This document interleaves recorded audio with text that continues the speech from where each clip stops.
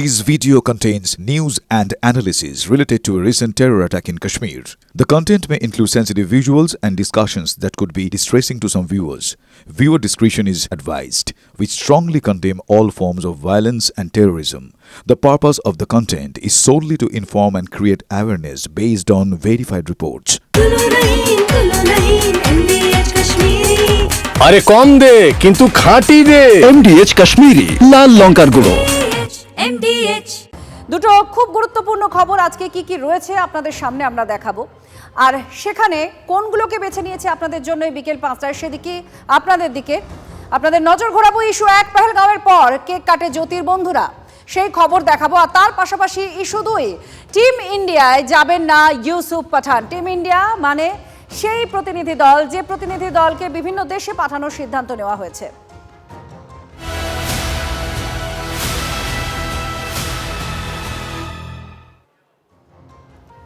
বিশ্বাসঘাতক বললেও কি যথেষ্ট বলা হয়? হরিয়ানার জ্যোতি রানীর কথা বলছি আপনাদের। পাক গুপ্তচরকে পাকড়াও করার পর একের পর এক তথ্য সামনে আসছে একের পর এক ভিডিও। তেমনি একটা ছবি 5 কথা শুরুতেই আপনাদের দেখাবো। वीडियो तो ना हमारा हाँ जी आप बोलिए। तस्वीर देते हैं आपको साथ। अच्छा तस्वीर लेनी है आपको, लीजिए। अरे ये साथ में कैमरामैन आप लेके चलते हैं, चले ले तस्वीर आ जाए। वीडियो तो ना हमारा हाँ जी आप बोलिए। अच्छा तस्वीर देते हैं आपको साथ। अच्छा तस्वीर लेनी है आपको, लीजिए। अरे ये साथ में कैमरामैन आप लेके चलते हैं, चले ले तस्वीर आ जाए। वीडियो तो ना हमारा हाँ जी आप बोलिए।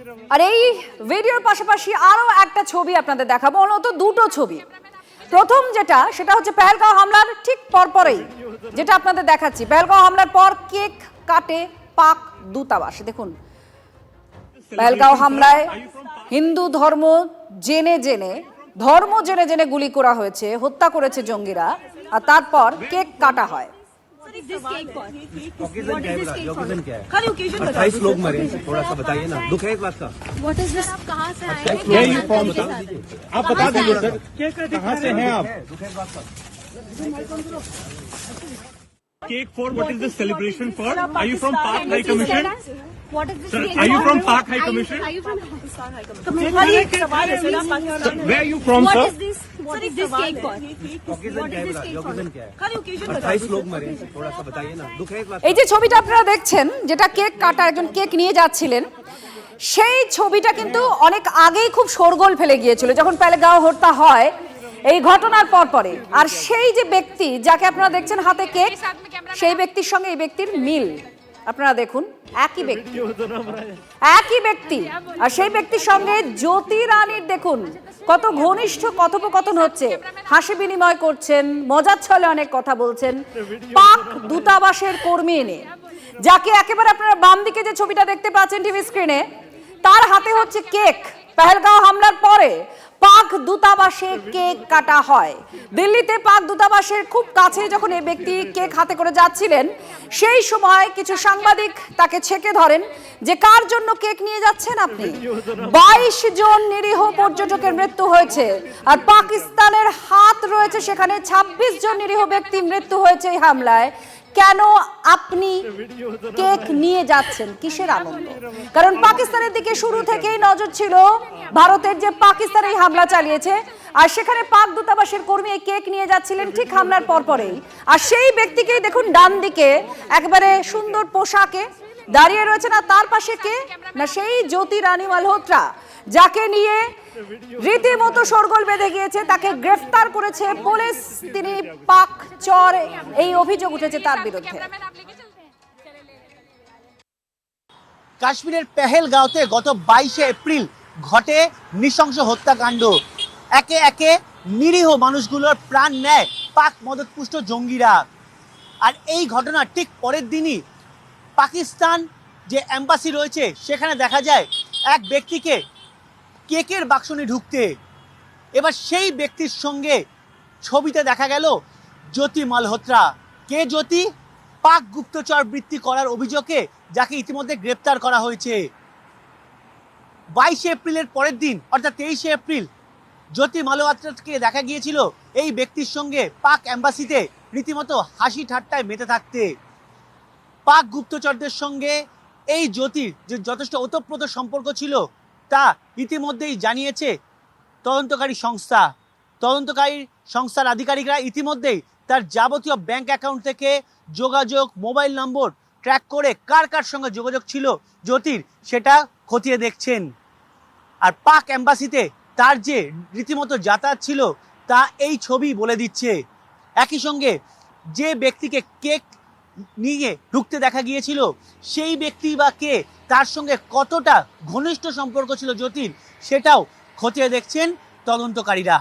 ক্যামেরায় মাখন পাত্রের সঙ্গে সায়ন্ত ভট্টাচার্য, TV9 বাংলা।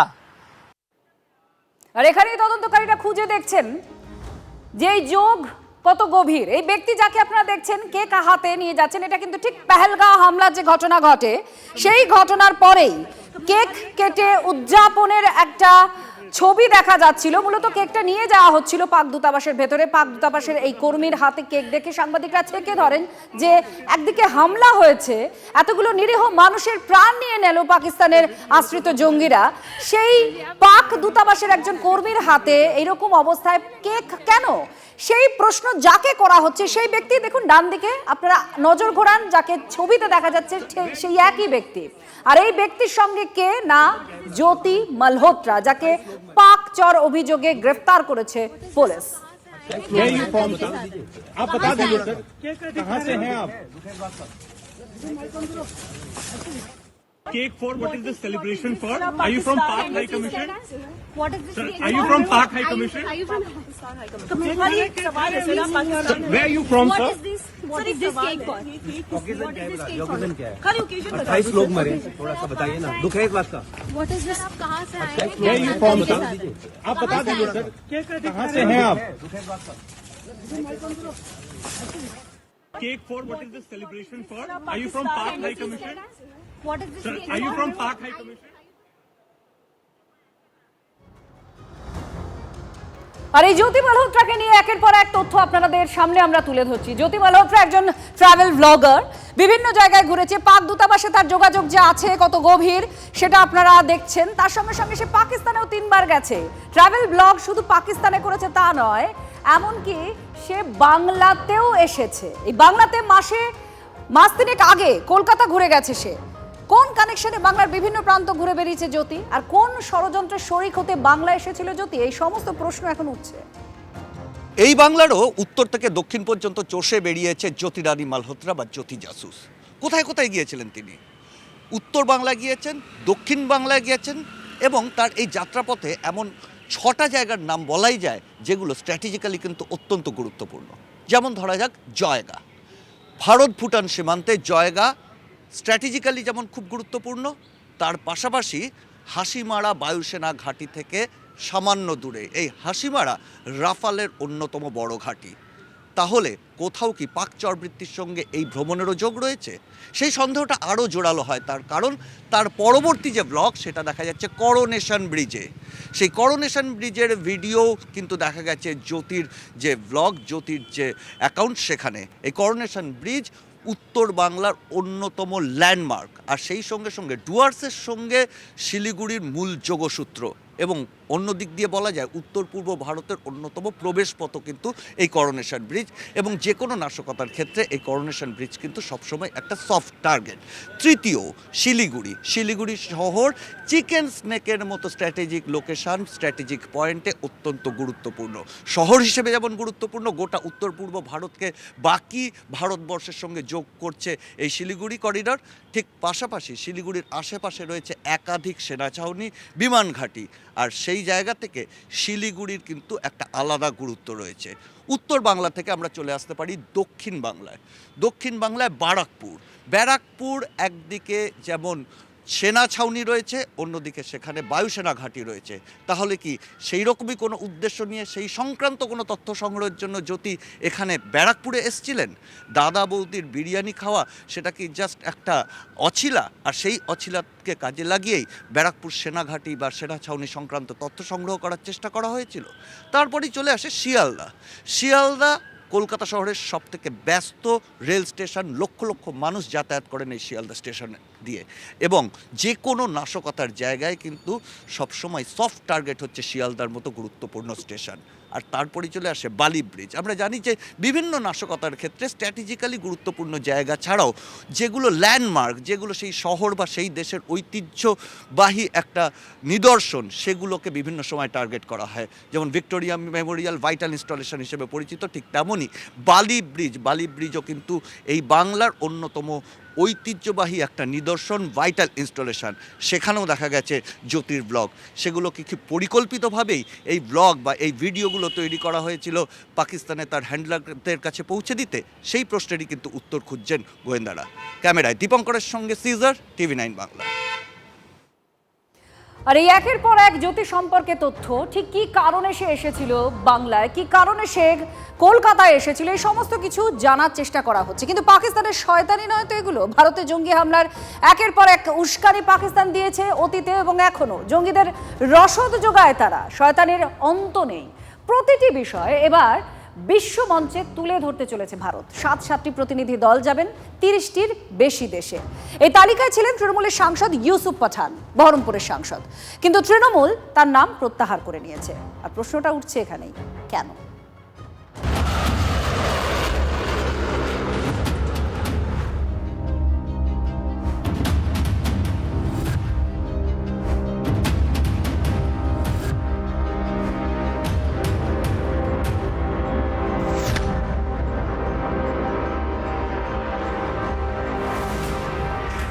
এক মিশন, এক বার্তা, এক ভারত। জঙ্গি দমনে দেশীয় ঐক্য তুলে ধরতে 30টির বেশি দেশে প্রতিনিধি দল পাঠানোর সিদ্ধান্ত নিয়েছে কেন্দ্রীয় সরকার। সন্ত্রাসবাদের বিরুদ্ধে ভারতের সংকল্প গোটা দুনিয়াকে জানাবে ভারত। 7টি প্রতিনিধি দলের একটিতে ছিলেন তৃণমূল সাংসদ ইউসুফ পাঠানও। জেডিইউ সাংসদ সঞ্জয় ঝার নেতৃত্বাধীন প্রতিনিধি দলে যাওয়ার কথা ছিল ইন্দোনেশিয়া, মালয়েশিয়া, দক্ষিণ কোরিয়া, জাপান ও সিঙ্গাপুরে। কিন্তু যাওয়া হচ্ছে না ইউসুফ পাঠানের। নাম প্রত্যাহার তৃণমূলের। কেন? কেন্দ্রের দিকে আঙুল তুলেছেন মুখ্যমন্ত্রী। তৃণমূলের সংসদীয় দলকে জানানো হলেও দল হিসেবে তৃণমূলকে কেন্দ্র জানায়নি বলে অভিযোগ।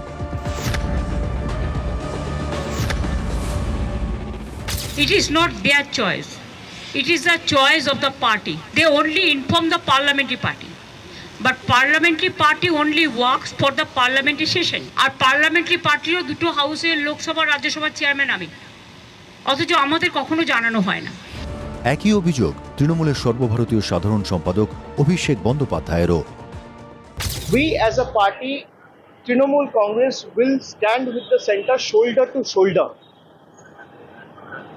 लेकिन एक चीज आपको ध्यान रखना पड़ेगा कि अगर कोई डेलीगेशन जा रहा है, मेरा पार्टी से कौन जाएगा, ये डिसीजन पार्टी का है।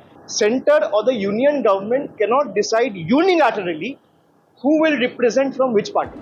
তবে কি তৃণমূল কোনো প্রতিনিধি পাঠাবে না? সম্ভাবনার দরজা খুলে রেখে তৃণমূল নেত্রী বলছেন, আমাদের জানালে আমরা নিশ্চয়ই নাম দেবো, কেন দেবো না? সুতরাং এটা নিয়ে বিতর্কের কোনো ব্যাপার নেই। তৃণমূলের অবস্থানের সমালোচনা বিজেপির। পাকিস্তানকে চটাবে না ভোট ব্যাংকের জন্য, তাই পাঠায়নি। আসলে তৃণমূল এটা করছে এ কারণেই একটা বার্তা দিই, কারণ তৃণমূল দাওয়াতে ইসলামের কথা বলে কলকাতায়, তৃণমূল কলকাতার মধ্যে মিনি পাকিস্তান দেখতে পায়, তৃণমূল মুর্শিদাবাদে 30% হিন্দুকে কেটে ভাসিয়ে দেবার কথা বলে। এ সমস্ত বিবৃতি, এই অবস্থান পাকিস্তানের সংবাদপত্রের শিরোনামে উঠে আসে। কেন্দ্রের পাঠানো প্রতিনিধি দলের তালিকা নিয়ে প্রথম প্রশ্ন তোলে কংগ্রেস। কংগ্রেসের দেওয়া তালিকায় পুরোপুরি মান্যতা দেওয়া হয়নি বলে অভিযোগ তুলেছিলেন জয়রাম রমেশ। এবার সেই পথে হাঁটল ইন্ডিয়া ঐক্যের আর এক শরিক তৃণমূল কংগ্রেসও। দেশীয় ঐক্য অটুট থাকল কি? Bureau report, TV9 Bangla. পাকিস্তানের শয়তানির সত্যি শেষ নেই হয়তো, কারণ অমৃতসরের স্বর্ণ মন্দিরকেও নিশানা করেছিল পাকিস্তান। ঝাঁকে ঝাঁকে ধেয়ে এসেছিল পাক ক্ষেপণাস্ত্র। ধর্মীয় স্থানে আঘাত করার মতো পাকিস্তানের জঘন্য একটা অভিসন্ধি বানচাল করে দেয় ভারতীয় সেনা। পাক ড্রোন ধ্বংস হয় আকাশ প্রতিরক্ষা ব্যবস্থার মাধ্যমে, আর সঙ্গে ছিল বোফোর্সও।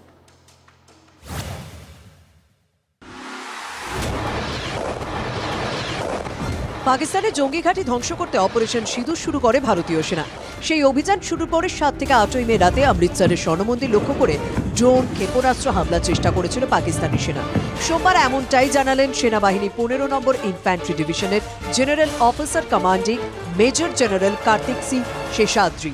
8 मई की सुबह को अंधेरे में पाक ने अनुमान अनुसार ड्रोन और मिसाइल के ज़रिए से सभी सैन्य एवं सिविल ठिकानों पे और ख़ास तौर पे गोल्डन टेम्पल पे भारी तादाद से ड्रोन का हमला किया।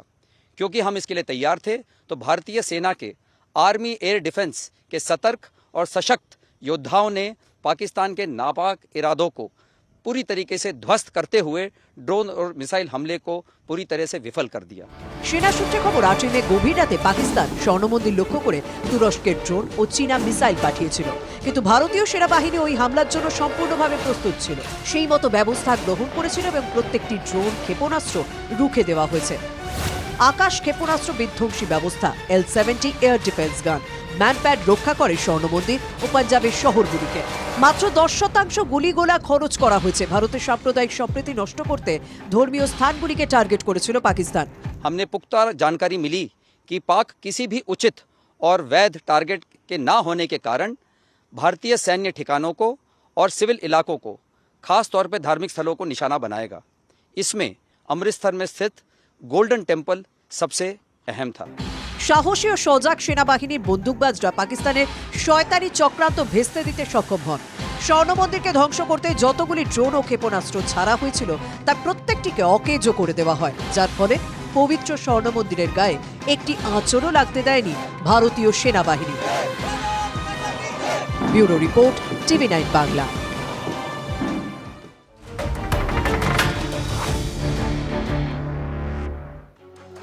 আর এবার 22 গজেও পাকিস্তানকে চাপে ফেলতে পদক্ষেপ নিচ্ছে ভারত। বোর্ড সূত্রে যা খবর পাওয়া যাচ্ছে, এশিয়া কাপ থেকে নামই তুলে নিতে চলেছে ভারত। এশিয়ান ক্রিকেট কাউন্সিলকে জানিয়েও দিয়েছে BCCI। কৌস্তব আমাদের প্রতিনিধির সঙ্গে আছেন। কৌস্তব, কি সিদ্ধান্ত নেওয়া হয়েছে আর কি করা হচ্ছে আগামীতে তাহলে কি হবে? দেখো, নিঃসন্দেহে এশিয়া কাপ নিয়ে কিন্তু একটা অনিশ্চয়তা দেখা দিয়েছে, কারণ ভারতীয় ক্রিকেট বোর্ডের তরফ থেকে, বোর্ড সূত্রে এমনটা খবর পাওয়া যাচ্ছে যে ভারতীয় ক্রিকেট বোর্ডের তরফ থেকে ইতিমধ্যে কিন্তু এশিয়ান ক্রিকেট কাউন্সিলে চিঠি পাঠানো হয়েছে এবং চিঠি পাঠিয়ে বলা হয়েছে যে এশিয়া কাপে ভারতীয় দল তারা খেলবে না এবং পার্টিসিপেট করবে না এবং টুর্নামেন্ট থেকে নাম প্রত্যাহার করে নেবে। তার কারণ হচ্ছে যে এশিয়ান ক্রিকেট কাউন্সিলের যিনি পদে রয়েছেন, সর্বোচ্চ পদে রয়েছেন, সেই মহসিন নাকভি, তিনি আবার পাকিস্তানের স্বরাষ্ট্রমন্ত্রী। এই অবস্থায় যদি ভারতীয় দল যদি এশিয়া কাপে পার্টিসিপেট করে তাহলে সেটা দেশের মানুষের ভাবাবেগে আঘাত করা হবে, কারণ যেহেতু তিনি পাকিস্তানের মন্ত্রী এবং সেই জন্যই পাকিস্তানে এই এশিয়া কাপে ভারতীয় দল অংশগ্রহণ করবে না, এমনটাই কিন্তু বোর্ড সূত্রে খবর পাওয়া গেছে। যদিও ভারতীয় ক্রিকেট বোর্ড এখনো অব্দি সরকারিভাবে এ বিষয়ে কিছু জানায়নি, কিন্তু বোর্ড সূত্রে এমনটা জানা যাচ্ছে যে এশিয়া কাপ ঘিরে কিন্তু একটা জলঘোলা তৈরি হয়েছে, কারণ ভারতীয় ক্রিকেট দল যদি এই টুর্নামেন্টে না অংশগ্রহণ করে তাহলে কিন্তু এশিয়া কাপের গ্ল্যামার বা এশিয়া কাপ হওয়া নিয়েও একটা টুর্নামেন্ট হওয়া নিয়ে একটা আশঙ্কা তৈরি হয়ে যাবে।